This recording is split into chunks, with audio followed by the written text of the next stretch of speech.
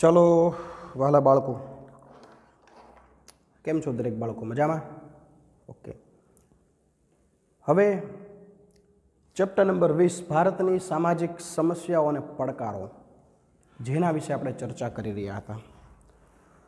हवे छेल्ले आपणे लघुमती अने नबळा वर्गना जे लोको छे एना माटेनी जे अमुक जोगवाईओ छे, देशमां समानता आवे एना माटे अमुक ए लोकोने लाभ आपेला एना विषे आपणे चर्चा करता हता। बराबर छे। हवे आजे आपणे मुद्दो भणવાનો छे जेनुं नाम छे लघुमतीओ।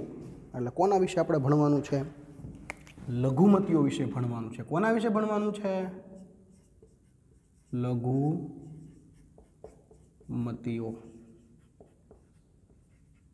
અને પહેલા આપણે કીધું હતું લઘુ એટલે નાનું, ગુરુ એટલે મોટું। આવું તમે ગણિતની અંદર ભણો છો। જેની સંખ્યા ઓછી હોય લઘુમતી, જેની સંખ્યા વધારે હોય બહુમતી। પણ કોનાથી વધારે, કોનાથી ઓછી, એ આપણે સમજીએ। ધર્મ કે ભાષાના આધારે કોઈ પણ પ્રદેશ કે પ્રદેશમાં બહુમતીમાં ન હોય એને લઘુમતી કહેવાય। હવે લઘુમતી ને બહુમતીની ગણતરી તમે ધર્મના આધારે કરી શકો। બરાબર, એટલે અહીંયા લખીએ આપણે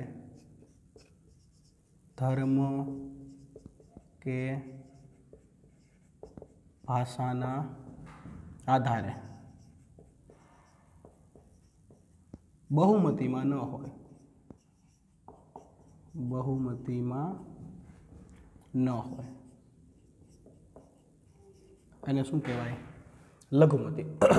तमे धर्मना आधारे गणतरी करो के पछी तमे भाषाना आधारे गणतरी करो, जे बहुमतीमां नथी एने लघुमती कहेवाय। हवे पहेला ए तो खबर होवी जोईए के भाई बहुमती एटले शुं। बहुमतीमां नथी एने तमे लघुमती कहो छो, पण तो बहुमती एटले शुं ए ख्याल होवो जोईए। तो आपणे जोईए भारतना बंधारणमां लघुमती माटे स्पष्ट व्याख्या करवामां आवी नथी। जो आपणे आगळ चर्चा करी हती के भाई आपणा बंधारणनी अंदर कोई एवी स्पष्ट व्याख्या नथी के भाई बहुमती एटले आवड़ा लोको, लघुमती एटले आवड़ा लोको। बराबर, एना लक्षणो आवा, एमां आटली एटली ज्ञाति, कोई चोक्कस व्याख्या नथी। देश के प्रदेशनी वस्तीना अर्धा के तेथी ओછી संख्या धरावता लोक समूहने लघुमती कही शकाय छे। देश के प्रदेशनी, बराबर, आ लघुमतीनी व्याख्या। बराबर, एटले आ याद राखजो। लघुमती कोने कहेवाय? तो आ छे लघुमती। देश के प्रदेशनी कुल वस्तीना, देश के प्रदेशनी कुल वस्तीना अर्धाथी ओछा, अर्धाथी ओछा लोक समूहने लघुमती कही शकाय। लघुमती कही शकाय। हवे जो हूँ तमने छे ने उदाहरण आपीने समजावुं। सौथी पहेला शुं कीधुं आपणे के भाई लघुमती अने बहुमतीनी गणतरी तमे भाषाना आधारे करी शको, धर्मना आधारे करी शको। अने केवी रीते करवानी? तो के कोई पण देश होय अथवा तो कोई पण प्रदेश होय एनी जे टोटल संख्या छे एनी अर्धाथी वधारे तो बहुमती ने अर्धाथी ओछा तो लघुमती। हवे एक उदाहरण आपणे आपीए। આપણું ગુજરાત રાજ્ય આપણે ભાષાના આધારે જોઈએ। ગુજરાતી ભાષા અને હિન્દી ભાષા। હવે આપણા ગુજરાત રાજ્યની અંદર જે ટોટલ વસ્તી છે એના 50% કરવાના। બરાબર, 50%નો જે આંકડો આવે ને, બરાબર, એટલા લોકો કરતાં વધારે લોકો જો ગુજરાતી ભાષા બોલે છે તો ગુજરાતી ભાષા બહુમતીમાં છે। गुजराती भाषा बोलता लोकोनी संख्या केवी छे? बहुमतीमां छे। अने जो आखा गुजरातनी टोटल संख्या छे एनी अर्धी संख्याथी ओछा लोको गुजराती भाषा बोले छे तो गुजराती भाषा शेमां छे? लघुमतीमां छे। हवे आपणे अहींया गुजरातनुं उदाहरण जोईए। बराबर, आपणे अहींया भाषाना आधारे उदाहरण जोईए के भाई गुजरात, बराबर, एक भाषा छे गुजराती। અને બીજી ભાષા છે હિન્દી. તો ગુજરાતી ભાષા અડધાથી વધારે વસ્તી બોલે છે અને હિન્દી ભાષા અડધાથી ઓછી વસ્તી બોલે છે. આ જે છે એ લઘુમતી થયું, બરાબર. અને આ ભાષા બોલતા લોકો શેમાં આવે તો કે બહુમતીની અંદર આવે. આ શું છે? આપણું ઉદાહરણ છે. કઈ દ્રષ્ટિથી જોઈએ આપણે ઉદાહરણ? ભાષાની દ્રષ્ટિથી. બરાબર. આ આપણું છે ઉદાહરણ.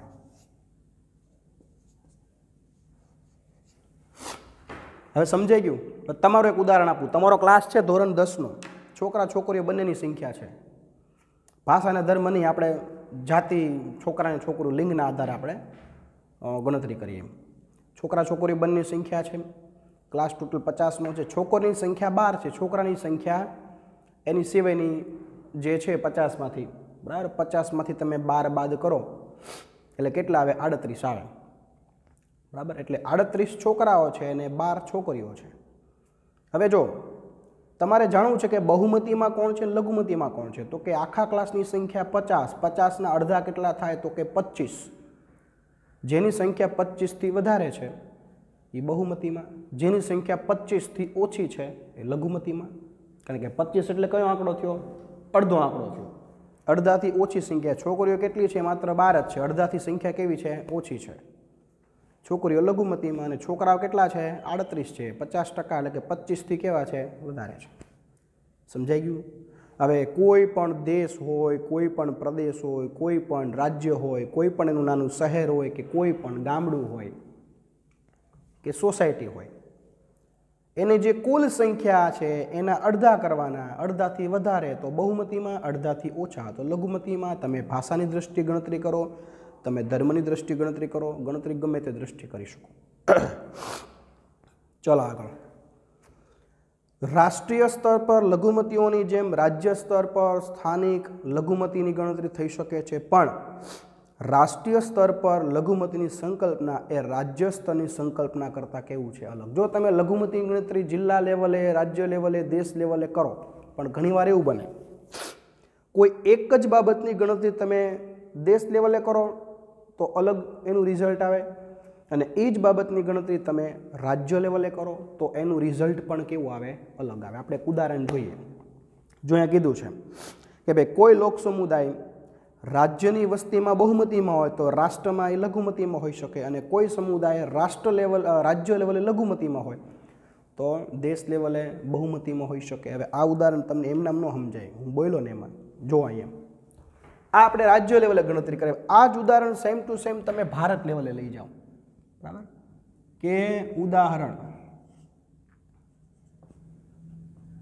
કયા લેવલે જોવું છે આપણે? ભારત લેવલે. તો આપણું ભારત, બરાબર. હવે ભારતની અંદર ગુજરાતી ભાષા અને ભારતની અંદર હિન્દી ભાષા. અડધાથી ઓછી વસ્તી, અડધાથી ઓછી વસ્તી, અને હિન્દી અડધાથી વધારે વસ્તી, બરાબર. તો આ જે છે એ લઘુમતીમાં આવે, આ જે છે એ બહુમતીમાં આવે. જો તમે આ જ ઉદાહરણ ભારત લેવલે તમે જુઓ કે ભાઈ ભારતની અંદર ગુજરાતી ભાષા અને હિન્દી ભાષા બેનું કેલ્ક્યુલેશન કરો તો ભારતની અંદર ગુજરાતી ભાષા બોલતા લોકો છે ને આખા ભારતની કુલ સંખ્યાના 50%થી વધારે ન હોય, 50%થી કેવા હોય? ઓછા હોય. કારણ કે ગુજરાતી માત્ર ગુજરાતમાં જ બોલાય વધારે પડતું. બીજા રાજ્યમાં કોક ગુજરાતી રહેતા એ બોલે, પણ મોટાભાગે ક્યાં બોલાય? ગુજરાતમાં. એટલે આખા ભારત લેવલે ગણતરી કરો તો ગુજરાતી ભાષા છે એ લઘુમતીમાં આવે, જ્યારે હિન્દી ભાષા શેમાં આવે? બહુમતીમાં. કારણ કે આખા ભારતની તમે જ્યારે વાત કરો છો ત્યારે હિન્દી ભાષા બોલનારાની સંખ્યા ભારતની કુલ વસ્તીના અડધાથી કેવી થઈ જાય? વધી જતી હોય. એટલે એ શેમાં આવી જાય? બહુમતીમાં. તો જો હવે તમારે ડિફરન્ટ અહીંયા જોવાનો છે, આ વસ્તુ જોવાની છે, બરાબર. એક તમારે આ વસ્તુ જોવાની છે અને એક તમારે આ વસ્તુ જોવાની છે, બરાબર. આ બે વસ્તુ જે છે એ તમારે અહીંયા જોવાની છે, એટલે તમારો જવાબ મળી જશે. શું ભણ્યા હતા આપણે હમણાં કે લઘુમતી અને બહુમતી એની સંકલ્પના રાજ્ય લેવલે અને રાષ્ટ્ર લેવલે ભિન્ન હોઈ શકે છે. કોઈ પણ બાબત, માનો કે અહીંયા ગુજરાતી ભાષા છે એ રાજ્ય લેવલે શેમાં હતી? બહુમતીમાં હતી. તો એ જ ગુજરાતી ભાષા દેશ લેવલે શેમાં આવી ગઈ? લઘુમતીમાં આવી ગઈ. અહીંયા આગળ હિન્દી ભાષા રાજ્ય લેવલે શેમાં હતી? લઘુમતીમાં હતી. એ જ હિન્દી ભાષા દેશ લેવલે શેમાં આવી ગઈ? બહુમતીમાં આવી ગઈ. એટલે કોઈ પણ એક બાબત તમે લઘુમતી કે બહુમતીની ગણતરી કરો ત્યારે ઘણી બાબતો એવી છે કે જે રાજ્યના અનુસંધાને બહુમતીમાં હોય તો એ દેશના અનુસંધાને લઘુમતીમાં હોઈ શકે, અને રાજ્યના અનુસંધાને લઘુમતીમાં હોય તો એ દેશના અનુસંધાને બહુમતીમાં હોઈ શકે. ચાલો હવે આગળ કે ભારતમાં લઘુમતીઓને બહુમતીઓની જેમ જ સમાન અધિકારો મળ્યા છે. જેની સંખ્યા ઓછી છે એને પણ આપણી સરકારે અધિકારો બધા કેવા આપ્યા? સમાન. તમને એક ઉદાહરણ આપું કે તમે પારસી ધર્મ વિશે સાંભળ્યું હશે. પારસી એક ધર્મ છે એવું તમે સાંભળ્યું હશે. હવે આપણા ભારતની વાત કરો ને તો પારસી ધર્મ પાળનારા લોકોની સંખ્યા કેવી છે? સાવ ઓછી છે. પારસી ધર્મ શેમાં આવે? લઘુમતીમાં આવે. જૈન ધર્મ શેમાં આવે? લઘુમતીમાં આવે, બરાબર. મુસ્લિમ ધર્મ શેમાં આવે? લઘુમતીમાં આવે. ક્રિશ્ચન ધર્મ શેમાં આવે? લઘુમતીમાં આવે. હિન્દુ ધર્મની સામે આ બધા ધર્મના લોકોની સંખ્યા ઓછી છે એટલે એ બધા ધર્મ શેમાં આવે? લઘુમતીમાં આવે. છતાં પણ હિન્દુ લોકોને જે અધિકારો મળે છે એ બધા ધર્મને મળે, કારણ કે આપણા બંધારણમાં ધર્મના નામે કોઈ ભેદભાવ છે જ નહીં. લઘુમતીઓને અધિકારો કેવા મળે છે? સમાન. અને લઘુમતીઓ જે છે એનું રક્ષણ થાય, એને દેશમાં સમાનતા મળે, એને અન્યાય ન થાય એટલા માટે બંધારણમાં કેટલી બધી છૂટછાટ આપેલી છે કે ભાઈ લઘુમતીઓ પોતાનો ધર્મ પાળી શકે, પોતાની જે તે ભાષા બોલી શકે, પોતાની જે તે સંસ્કૃતિ હોય તો એ સંસ્કૃતિનું જતન કરી શકે, બરાબર. હવે જો અહીંયા આપણને અમુક મુદ્દા આપેલા છે લઘુમતી માટે જે બંધારણમાં કેટલીક જોગવાઈઓ છે, તો હવે આપણે જોશું બંધારણમાં સમાવિષ્ટ જોગવાઈઓ. બંધારણની જોગવાઈઓ.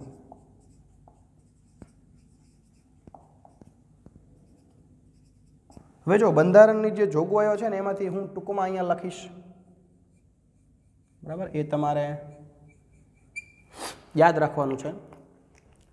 એક તો લઘુમતી લોકોનું હિત જળવાય, એનું કલ્યાણ થાય, એનો વિકાસ થાય, એના માટે રાષ્ટ્રીય લઘુમતી પંચની રચના કરવામાં આવી. સૌથી પહેલું રાષ્ટ્રીય લઘુમતી પંચ, બરાબર. એક આખું સંગઠન, બરાબર. આ રાષ્ટ્રીય લઘુમતી પંચ છે એના એક અધ્યક્ષ હોય, બરાબર. બાકી બધા એના સભ્યો હોય ને આ પંચે શું ધ્યાન રાખવાનું કે ભાઈ ભારત દેશની અંદર અથવા તો કોઈ પણ રાજ્યની અંદર જેટલા જેટલા ધર્મ લઘુમતીની અંદર આવે છે એ લોકોના ધર્મ પાળતા લોકોને કોઈ અન્યાય થવો જોઈએ નહીં, એનું ધ્યાન રાખવાનું. કોઈ એને અન્યાય થવો જોઈએ નહીં એનું શું રાખવાનું? ધ્યાન રાખવાનું. ધ્યાન કોણ રાખે? રાષ્ટ્રીય લઘુમતી પંચ. એના માટે સ્પેશિયલ પંચ બન્યો. આ પંચની ભલામણથી સરકારે ઘણી બધી યોજનાઓ બનાવેલી છે કે જેનો લાભ માત્ર લઘુમતીઓને મળે. આગળ, ધાર્મિક સ્વતંત્રતાનો અધિકાર લઘુમતીઓને વિશ્વાસ અપાવે છે કે તે પોતાના ધર્મના પ્રચાર અને પ્રસાર અને પ્રોત્સાહન માટે પ્રયત્ન કરી શકશે. જો આપણને ધાર્મિક સ્વતંત્રતાનો હક, એટલે હવે પછી આની વાત કરવાની, ધાર્મિક સ્વતંત્રતાનો હક. બંધારણની અંદર ધાર્મિક સ્વતંત્રતાનો હક આપ્યો. એમાં પણ એવું કીધું કે ભાઈ જે ધર્મના લોકોની સંખ્યા ઓછી હોય, મતલબ કે લઘુમતીમાં જે લોકો આવતા હોય, અમુક ધર્મ પાળતા લોકો લઘુમતીમાં આવે છે, તો તે પણ પોતાનો ધર્મ સ્વતંત્ર રીતે પાળી શકશે. સરકાર એના પર ધર્મ પરિવર્તન માટે દબાણ નહીં કરે. ભલે તમે જો આપણે ઉદાહરણમાં આપ્યું હતું કે ભાઈ આખા ગુજરાતની અંદર પારસીઓની સંખ્યા તમે ગણી શકો ને એટલી ઓછી છે, તો એ તમે જો આપણી સરકાર કાંઈ ફરજિયાત એવું નથી કે ભાઈ તમારા ધર્મની સંખ્યા બહુ ઓછી છે તો તમે ધર્મ પરિવર્તન કરો. બરાબર, કાં તો હિન્દુ ધર્મમાં પરિવર્તન કરો, કાં તો ઇસ્લામ ધર્મમાં આવી જાઓ, કાં તો ક્રિશ્ચિયન ધર્મમાં, શીખ ધર્મમાં, જૈન ધર્મમાં તમે પરિવર્તન કરી નાખો. સરકાર એવી બળજબરી નથી કરતી. પારસીઓની સંખ્યા સાવ ઓછી હોવા છતાં પણ આપણી સરકારે એ લોકોને પોતાનો ધર્મ પાળવાની, એના રિવાજો, એના ઉત્સવ ઉજવવાની શું આપી છે? સ્વતંત્રતા આપી છે. કાયદો બળપૂર્વક ધર્માંતરણને માન્ય રાખતો નથી. આપણા દેશનો કોઈ એવો કાયદો નથી કે તમારે બળજબરીપૂર્વક ધર્માંતરણ કરવું પડે, તમારે તમારા ધર્મનું પરિવર્તન કરવું પડે. સરકારી સહાય લેતી કોઈ પણ શિક્ષણ સંસ્થામાં ધાર્મિક શિક્ષણ આપી શકાતું નથી. તમામ ધાર્મિક સમુદાયને તેમના ધર્મ વ્યવસ્થાપન અને ધાર્મિક કાર્ય માટે સંપત્તિ મેળવવાનો અને તેની દેખરેખ રાખવાનો અધિકાર છે. મતલબ કે સરકારી સંસ્થા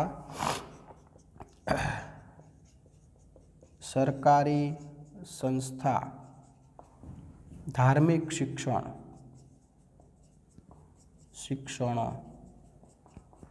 આપી શકે નહીં. બરાબર, સરકારના સહાયથી કોઈ પણ સંસ્થા ચાલતી હોય, પર્ટિક્યુલર કોઈ પણ એક ધર્મનું શિક્ષણ ન આપી શકે. જો એને આપવું હોય કદાચ તો બધા ધર્મોનું આપવાનું, નકર આપવાનું જ નહીં. કારણ કે બંધારણની દૃષ્ટિએ આપણે અગાઉ પણ ભણી ગયા કે બધા ધર્મ કેવા છે? એક સરખા છે. સરકાર કોઈ ધર્મના ભેદભાવમાં માનતી નથી. અને જે લઘુમતીઓ છે એ લોકોને પોતાની સંપત્તિ મેળવવાનો, સંપત્તિને સાચવવાનો શું રહેલો છે? અધિકાર રહેલો છે. આગળ છેલ્લું, સાંસ્કૃતિક અને શૈક્ષણિક અધિકાર દ્વારા લઘુમતીઓ પોતાની લિપિ અને સંસ્કૃતિનું રક્ષણ કરી શકે છે. મતલબ કે લઘુમતીઓ પોતાની લિપિ અને સંસ્કૃતિ એનું શું કરી શકે છે? રક્ષણ. લિપિ એટલે લખાણ, પોતાની ભાષામાં લખી શકે. સંસ્કૃતિ એટલે પોતાના ધર્મના, પોતાના સમાજના રીત રિવાજોનું પાલન કરી શકે. અને બળજબરીથી આપણે બીજો કોઈ ધર્મ સ્વીકારવા માટે આપણે મજબૂર કરી શકીએ નહીં. ધર્મ, વંશ, જાતિ કે ભાષાના આધારે પ્રવેશ મેળવતા અટકાવી શકાય નહીં. બરાબર, લઘુમતીઓ આપણા દેશમાં બંધારણમાં લખેલું છે કે ભાઈ તમે કોઈ પણ વ્યક્તિનો તમે પ્રવેશ આપવા માટે, સ્કૂલ હોય કે નોકરી હોય કે કોઈ પણ બાબત હોય, ધર્મ, જાતિ, વંશ આ બધાનો ભેદભાવ રાખીને તમે કોઈને અટકાવી શકો નહીં. સમાજના તમામ વર્ગને પોતાની પસંદગી પ્રમાણે ભાષા, લિપિ જાળવવાનો, વિકાસ કરવાનો અને શૈક્ષણિક સંસ્થા સ્થાપવાનો અને ચલાવવાનો અધિકાર છે. આપણા ભારતના બંધારણની અંદર તમામ વર્ગો એટલે એમાં દરેક ધર્મ, દરેક જાતિ, દરેક જ્ઞાતિ બધાને છૂટી આપી કે ભાઈ તમારે જે ભાષા બોલવી હોય તો એ ભાષા બોલી શકો, તમારે જે ધર્મ પાળવો હોય તો તમે ધર્મ પાળી શકો. બરાબર, તમે તમારી જે સંસ્કૃતિ છે તમે જાળવી શકો. એની શું આપેલી છે? સ્વતંત્રતા. ભારતીય લઘુમતીના બાળકોને પ્રાથમિક શિક્ષણ માતૃભાષામાં મળે તેવી સુવિધા રાજ્ય સરકાર આપે છે. જો સરકારે તો એવું નક્કી કર્યું કે ભાઈ જે લઘુમતીઓ છે તો એને જે શિક્ષણ છે ને એ માતૃભાષામાં મળવું જોઈએ. શેમાં શિક્ષણ મળવું જોઈએ? માતૃભાષાની અંદર શિક્ષણ મળવું જોઈએ. એવી સરકારે વ્યવસ્થા પણ કરી છે. અહીંયા લઘુમતીઓની વાત થઈ જાય છે પૂરી. હવે એની પછી આપણે અનુસૂચિત જાતિ અને અનુસૂચિત જનજાતિઓ વિશે જોઈએ. એટલે હવેનો મુદ્દો આવે છે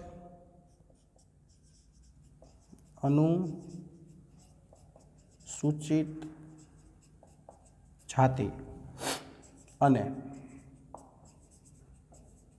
અનુસૂચિત જનજાતિ. હવે સૌથી પહેલાં તો તમારે એ સમજવું પડે કે અનુસૂચિત જાતિ એટલે એમાં કયા કયા વર્ગનો સમાવેશ કર્યો અને અનુસૂચિત જનજાતિ એટલે એની અંદર કયા કયા વર્ગનો સમાવેશ કરેલો છે. એટલે સૌથી પહેલાં અનુસૂચિત જાતિ એના વિશે જોઈએ આપણે. એટલે અહીંયા લખીએ આપણે અનુસૂચિત જાતિ.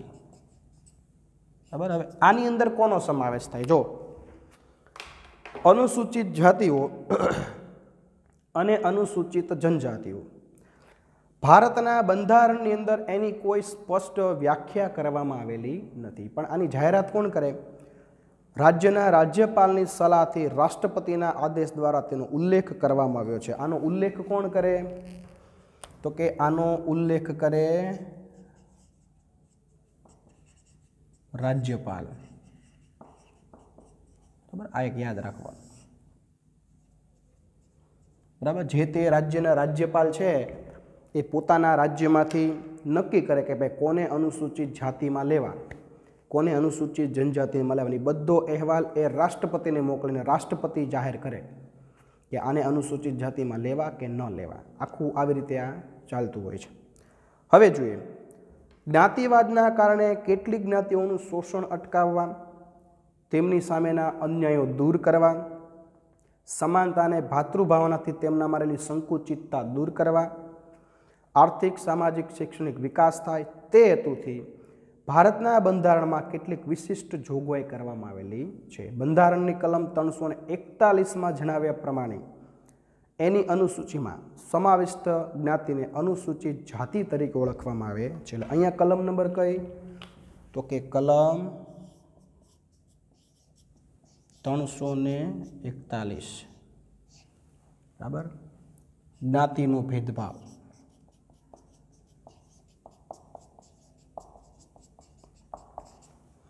હવે જો સમજીએ, ધ્યાન રાખજો, અહીંયા ભૂતકાળની અંદર કેટલીક જ્ઞાતિઓ સાથે અન્યાય થતો.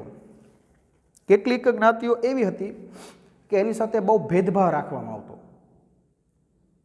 બરાબર, કેટલીક જ્ઞાતિઓને આર્થિક વ્યવસાય, આર્થિક પ્રવૃત્તિ પણ એને એવી આપેલી કે જેમાં કોઈ આમ કહેવાય ને કે ઉત્પાદન હોય જ નહીં.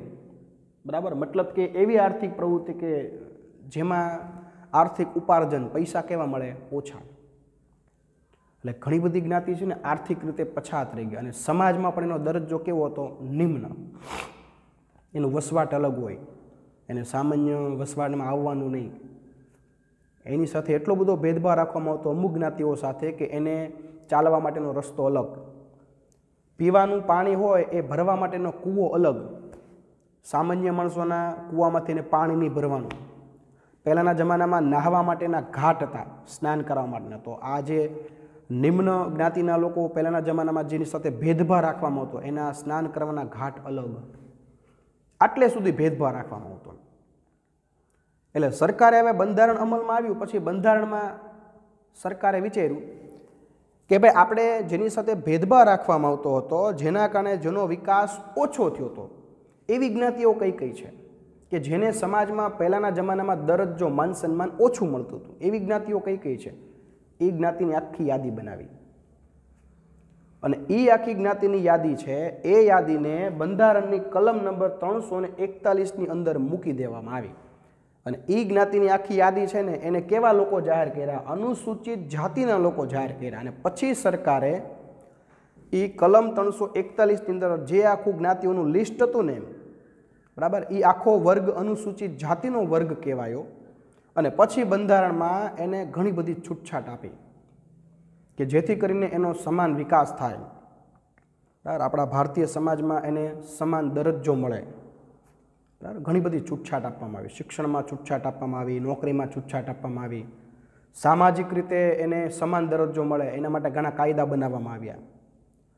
તમારે ટૂંકમાં શું યાદ રાખવાનું? અનુસૂચિત જાતિ એટલે કલમ નંબર 341માં સમાવિષ્ટ જ્ઞાતિઓ, જેની સાથે ભૂતકાળમાં શું કરવામાં આવતું હતું? અન્યાય કરવામાં આવતો હતો, ભેદભાવ રાખવામાં આવતો હતો, જ્ઞાતિના આધારે એની સાથે મતભેદ રાખવામાં આવતો હતો.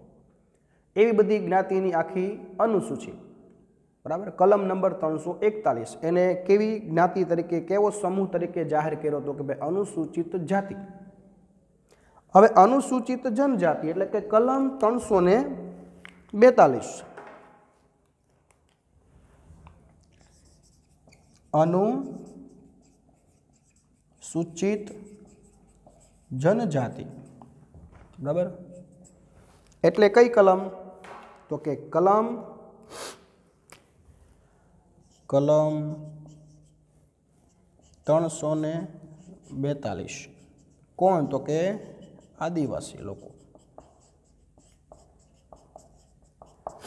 હવે સરકારે શું કર્યું કે ભાઈ બીજા કયા એવા લોકો છે કે જેનો વિકાસ ઓછો છે, જેનો સામાજિક દરજ્જો ઓછો છે, બરાબર, આર્થિક સામાજિક જે પછાત છે, તો કે ભાઈ એવા લોકો કે જે જંગલમાં રહેતા હતા, પહાડોની વચ્ચે જેઓ એકલવાયુ જીવન ગુજારતા હતા, જેને સામાન્ય લોકો સાથે કાંઈ નિસ્બંધ નહોતો, જે લોકોની ભાષા અલગ હતી, જે લોકોની સંસ્કૃતિ અલગ હતી, જે લોકોના રીત રિવાજો અલગ હતા, જે લોકોની પરંપરા અલગ હતી, ને જે લોકોની આર્થિક પ્રવૃત્તિ પણ કેવી હતી, એકદમ ઓછી આવકવાળી, કે જેના કારણે આર્થિક રીતે પૈસાની દ્રષ્ટિએ પણ એ લોકો કેવા હતા, નબળા હતા, બરાબર. ફેર એટલો કે માત્ર એ લોકો જંગલ કે પહાડોની વચ્ચે એ સામાન્ય જીવન જીવતા.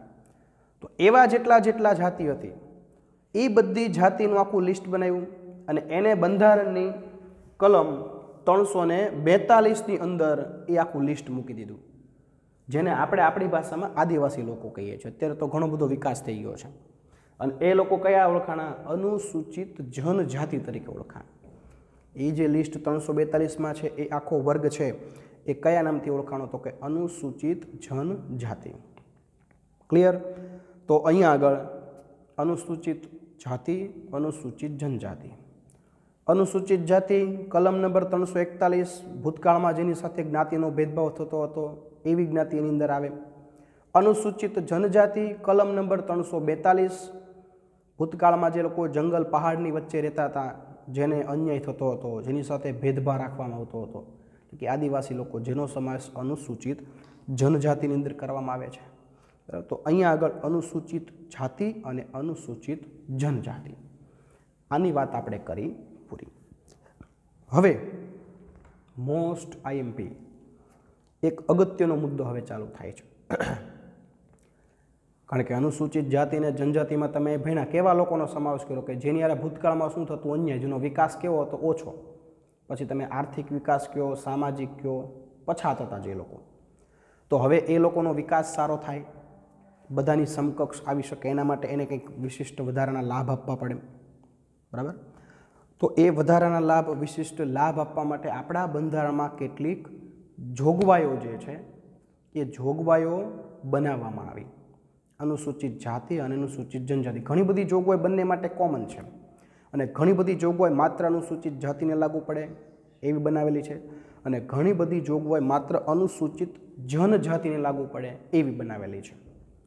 તો હવે એ જોગવાઈઓ જે છે, બરાબર, વિશિષ્ટ જોગવાઈ, સામાન્ય જોગવાઈ, એ જોગવાઈઓ જે છે એના વિશે આપણે આની પછીના લેક્ચરની અંદર આપણે જોવાના છીએ. તો આજે આપણે આટલું રાખીએ છીએ. નેક્સ્ટ લેક્ચરની અંદર અનુસૂચિત જાતિ અને જનજાતિ માટેની જે સામાન્ય જોગવાઈઓ છે, જે ખૂબ જ મહત્ત્વની છે, બરાબર, એ જોગવાઈઓ વિશે આપણે અભ્યાસ કરશું અને લગભગ, બરાબર, હવે 2 લેક્ચરની અંદર આપણું જે આ ચેપ્ટર છે 20મું ચેપ્ટર એ આપણું થઈ જશે કમ્પ્લીટ, બરાબર. તો આજનું મેં તમને સૂચના ઘણા બધા વિદ્યાર્થીઓ રૂબરૂ મળવા આવ્યા હતા ત્યારે આપી હતી. ઘણા બધા વિદ્યાર્થીઓ મને રૂબરૂ મળ્યા નથી એટલે સૂચના આપવાની બાકી છે, પણ સૂચના સાંભળી લેજો. અહીંયા જે હું બોર્ડ વર્ક કરું છું, જેવો હું અહીંથી દૂર જાઉં એટલે એ બોર્ડ વર્કનો સ્ક્રીનશોટ લઈને અને એ બોર્ડ વર્ક બુકમાં લખવાનું છે. તમારે સોશિયલની એક બુક બનાવવાની છે, બરાબર. જેને ન બનાવી બનાવવાનું ચાલુ કરી દેજો આ પાઠથી. બુકમાં માત્ર સોશિયલ સિવાય કોઈ વર્ક થવું જોઈએ નહીં, માત્ર સોશિયલ સાયન્સનું જ વર્ક થવું જોઈએ. શું કામ કરવાનું? જે લેક્ચર ભણ્યા હોય એ લેક્ચરનું બોર્ડ વર્ક એમાં લખવાનું અને હોમવર્ક લખવાનું. બોર્ડ વર્ક લખી નાખવાનું, બોર્ડ વર્ક એવું ટાઇટલ આપવાનું, બોર્ડ વર્ક લખવાનું, પછી હોમવર્ક એવું ટાઇટલ આપવાનું અને હોમવર્ક લખવાનું. ઉપર તારીખ લખવાનું, કઈ તારીખનો લેક્ચર હતો એ તારીખ લખવાની. આટલું કામ તમારે કરવાનું છે, બરાબર. એટલે નેક્સ્ટ હવે જ્યારે મળવા આવો ત્યારે તમે સોશિયલની બુક માત્ર એક જ સાથે લઈને આવવાની. બધું સોશિયલનું વર્ક એની અંદર જ હોવું જોઈએ, બીજે ક્યાંય હોવું જોઈએ નહીં. તો અહીંયા આગળ આજે આપણે રાખીએ છીએ.